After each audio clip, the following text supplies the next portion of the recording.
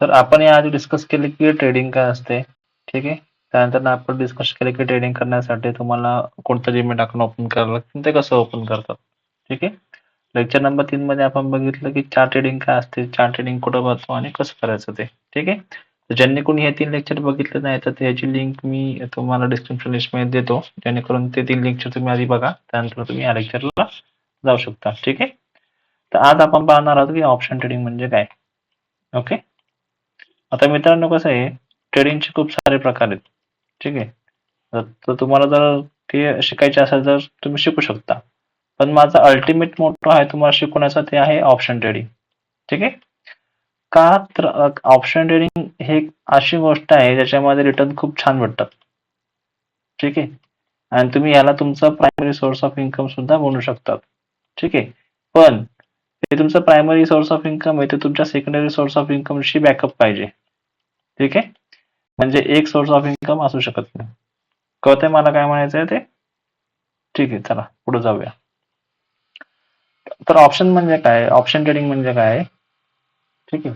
आता हे तुम्हाला दिसतंय निफ्टी 50 आहे. ओके. म्हणजे टॉप टॉप 50 कंपन्यांच्या बेसिसवरती हे वर खाली होतं. बरोबर. तर तुम्हाला जे एनएफटी 50 आहे किंवा असं हे आहे बँक निफ्टी आहे, तर तुम्हाला याच्यामध्ये ट्रेड करायचं असेल, ठीक आहे, किंवा तुम्हाला ह्या इंडेक्स मध्ये ट्रेड करायचं असेल, तर तुम्हाला डायरेक्टली ट्रेड नाही करता येत. ठीक आहे. तर त्यासाठी तुम्हाला काय करावं लागतं, तुमच्याकडे 2 ऑप्शन असतात. पहिली गोष्ट असते फ्युचर. ठीक आहे. आणि दुसरी गोष्ट असते ऑप्शन्स. आता या कन्सेप्ट तुम्ही ऐकलं असेल, फ्युचर्स अँड ऑप्शन्स. ठीक आहे. तर फ्युचर्स कुणासाठी आहे, की ज्यांचं कॅपिटल बघा 2 ते 3 लाख रुपये आहे. ओके. त्यांच्यासाठी फ्युचर्स आहे. तर याच्याकडे आपण नंतर येऊ, कारण तुम्ही कोणी लगेच 2 ते 3 लाख रुपये टाकणार तर नाही. बरोबर. त्याबद्दल आपण नंतर बोलू. आपला मेन आपल्याला बोलायचं आहे ते म्हणजे ऑप्शन बरोबर. ठीक आहे. तर ऑप्शन म्हणजे काय, तर ऑप्शन हा एक असा जुगाड आहे की जो तुम्हाला अलाव करतो एनएफटी 50 मध्ये, म्हणजे इंडेक्स मध्ये ट्रेड करण्यासाठी. ठीक आहे. म्हणजे ऑप्शन हा एक असा जुगाड आहे जो तुम्हाला अलाव करतो एनएफटी 50 मध्ये ट्रेड घेण्यासाठी, की ज्यांचं कॅपिटल मिनिमम 10 ते 15,000 आहे.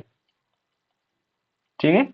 म्हणजे ज्यांचं कॅपिटल 10 ते 15,000 आहे, तर ते ऑप्शन मध्ये ट्रेड करू शकता, ऑप्शन बाईंग मध्ये. ठीक आहे. तर त्याच्यामध्ये पण बाईंग आणि सेलिंग आहे, तर ते आपण बघू. पण मेन आता जो सांगायचा जो पॉइंट आहे ना, म्हणजे मेन समरी तुम्हाला मी दिली, तर 2 गोष्टी आहेत. पहिली गोष्ट फ्युचर्स आहे आणि दुसरी गोष्ट ऑप्शन्स आहे. फ्युचर्स हे ज्यांच्यासाठी आहे की ज्यांचं मिनिमम 1 ते 2 लाख रुपये कॅपिटल असेल, त्यांच्यासाठी फ्युचर्स आहे. पण ऑप्शन म्हणजे काय, की ऑप्शन्स हा असा जुगाड आहे की जो तुम्हाला इंडेक्स मध्ये ट्रेड करण्यासाठी अलाव करतो, ज्यांचं कॅपिटल मिनिमम 10 ते 15,000 असेल, तर तुम्ही ऑप्शन मध्ये बाईंग करू शकता. ठीक आहे. एवढ्या गोष्टी कळली. ठीक आहे. पुढे जाऊ आपण आता. तर तुम्हाला मी पहिल्या लेक्चर मध्ये शिकवलं होतं की समजा तुम्ही जर इथं बाय करताय आणि इथं तुम्ही वरती सेल करताय. ठीक आहे. म्हणजे तुम्ही लो प्राइस मध्ये विकले आणि हाय प्राइसला गेल्यावर सेल केलं, तर अशाने तुम्ही प्रॉफिट करू शकता. बरोबर. तर तुम्हाला मी दुसरी गोष्ट पण शिकवली, म्हणजे तुम्हाला तुम्ही इथं सेल पण करू शकता आणि तेच परत तुम्ही इथं खाली गेल्यावरती ते बाय करून पण परत प्रॉफिट मिळवू शकता. ठीक आहे. म्हणजे वर गेलं पण तुम्हाला प्रॉफिट भेटणार आहे आणि खाली गेलं तरी प्रॉफिट भेटणार आहे. बरोबर. तर ऑप्शन मध्ये पण असंच आहे. ठीक आहे. म्हणजे ऑप्शन मध्ये 2 प्रकार पडतात. ठीक आहे. ऑप्शन मध्ये 2 गोष्टी असतात. एक असते कॉल ऑप्शन. ठीक आहे. एक असतं कॉल ऑप्शन्स आणि एक असतं पुट ऑप्शन्स. ठीक आहे. आता याचं जे मिनिंग आहे ते तुम्हाला मी थोडक्यात सांगतो. सिंपल वर्ड मध्ये तुम्हाला सांगतो काय आहे मिनिंग. आता कॉल म्हणजे काय, आता समजा समजा तुम्ही अनालिसिस केलं आणि तुमचं म्हणणं आहे की बाबा मार्केट वर जाणार आहे, तर अशा केसमध्ये तुम्ही सीई म्हणजे कॉल ऑप्शन बाय करू शकता. ठीक आहे. जर तुमचं असं म्हणणं आहे की बाबा मार्केट खाली जाणार आहे, तर अशा केसमध्ये तुम्ही पुट म्हणजे पीई बाय करू शकता. कळलं? ओके. परत एकदा सांगतो. समजा तुम्हाला मार्केट जर वर जाणार आहे, ठीक आहे, मार्केट जर वर जाणार आहे, तर तुम्ही कॉल बाय करू शकता. ठीक आहे. कॉल तुम्ही बाय करू शकता. ठीक आहे. आणि मार्केट खाली जाणार असेल तर तुम्ही पुट बाय करणार.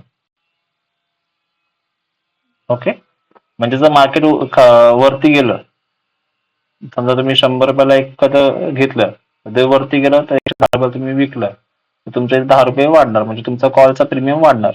ओके. जर मार्केट वर जाणार असेल तर. आणि जर तुमचं म्हणणं आहे की बाबा मार्केट खाली जाणार आहे आणि तुम्ही 100 रुपयाला घेतलं, 100 रुपयाला जर बाय केला तर खाली गेला की तुम्ही प्रीमियम वाढणार पुढचा 110ला, मग तुमचं 10 रुपयाचं प्रॉफिट होणार. कळलं? तर याची थोडक्यात तुम्हाला मी समरी द्यायची म्हणली, तर मार्केट जर वर जाणार असेल तर कॉल म्हणजे सीचं प्रीमियम वाढतो. ठीक आहे. आणि मार्केट जर खाली जाणार असेल तर पीई म्हणजे पुढचा प्रीमियम वाढतो. ओके. या गोष्टी कळल्या. आता तुम्हाला 2 गोष्टी करायच्या आहेत. ठीक आहे. म्हणजे आता तुम्हाला मी पहिल्या लेक्चरमध्ये सांगितलं होतं की मार्केट जर वर जाणार असेल तर तुम्ही 2 गोष्टी करणार.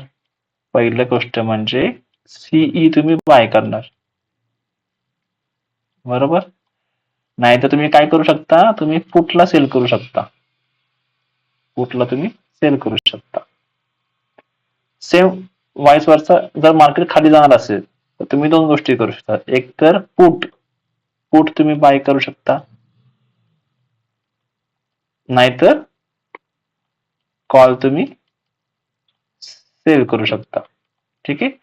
या व्यतिरिक्त आपण काय करू शकत नाही. ठीक आहे. आय होप तुम्हाला या गोष्टी कळल्या असेल मला काय म्हणायचं ते. ओके. आता ठीक आहे. तुम्ही जर ठीक आहे मित्रांनो, तुम्हाला कॉल काय आहे, पुट काय आहे तुम्हाला कळलं. ठीक आहे. तर तुम्ही जर मला म्हणलं ठीक आहे सर मला कळलं की पुट काय असतं, कॉल काय असते, मला कळलं. पण खूप सारे स्ट्राईक प्राइस असतात, तर त्यानंतर ना आम्हाला घ्यायचं काय असतं, नक्की आम्हाला कुठला स्ट्राईक प्राइस घ्यायला पाहिजे. तुम्हाला मी सांगतो काय घ्यायचं ते. तर जस्ट सपोज आता हे तर आपण एनएफटी मध्ये आलोय, बरोबर. आता एनएफटी मध्ये कसं असतं, एनएफटी मध्ये जे काही स्ट्राईक प्राइस असतात हे 50-50च्या ह्याने गॅपने असतात. म्हणजे आता समजा इथं 25,300 चालू आहे समथिंग. ठीक आहे. म्हणजे बघा तुम्हाला इथं 25,000 तुम्हाला भेटणार, 25,000 तुम्हाला 25,050 भेटणार. ठीक आहे. त्यानंतर तुम्हाला 25,100 भेटणार. ओके. म्हणजे 50-50च्या गॅपने हे लॉट साईज असतं, हे स्ट्राईक प्राइस असतात. बरोबर. सेम आता बँक एनएफटी मध्ये कसं आहे, बँक एनएफटी मध्ये जे स्ट्राईक प्राइसचा डिफरन्स असतो तो 100-100च्या ह्याने असतो. म्हणजे समजा आता बँक निफ्टी चालू आहे 59,500 ला चालू आहे. तुम्हाला नेक्स्ट स्ट्राईक प्राइस भेटणार तुम्हाला 59,600.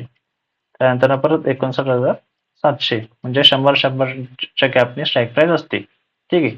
आता जस्ट तुम्ही जर म्हटले ठीक आहे सर हे स्ट्राईक प्राइस कळलं, तर जर तुम्ही जर म्हटले की तुम्हाला इथून एक एंट्री घ्यायची आहे.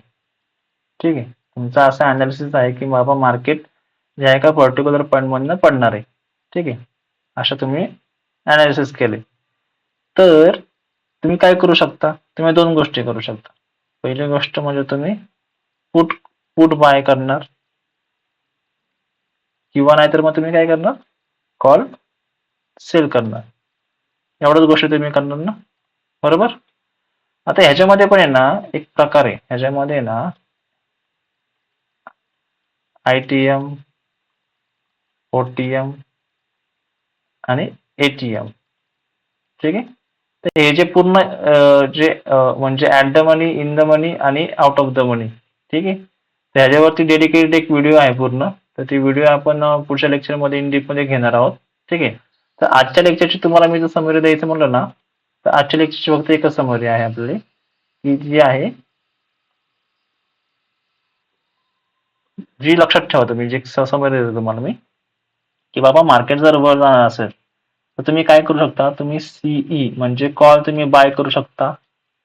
ठीक आहे. नाहीतर तुम्ही पुट तुम्ही सेल करणार. ठीक आहे.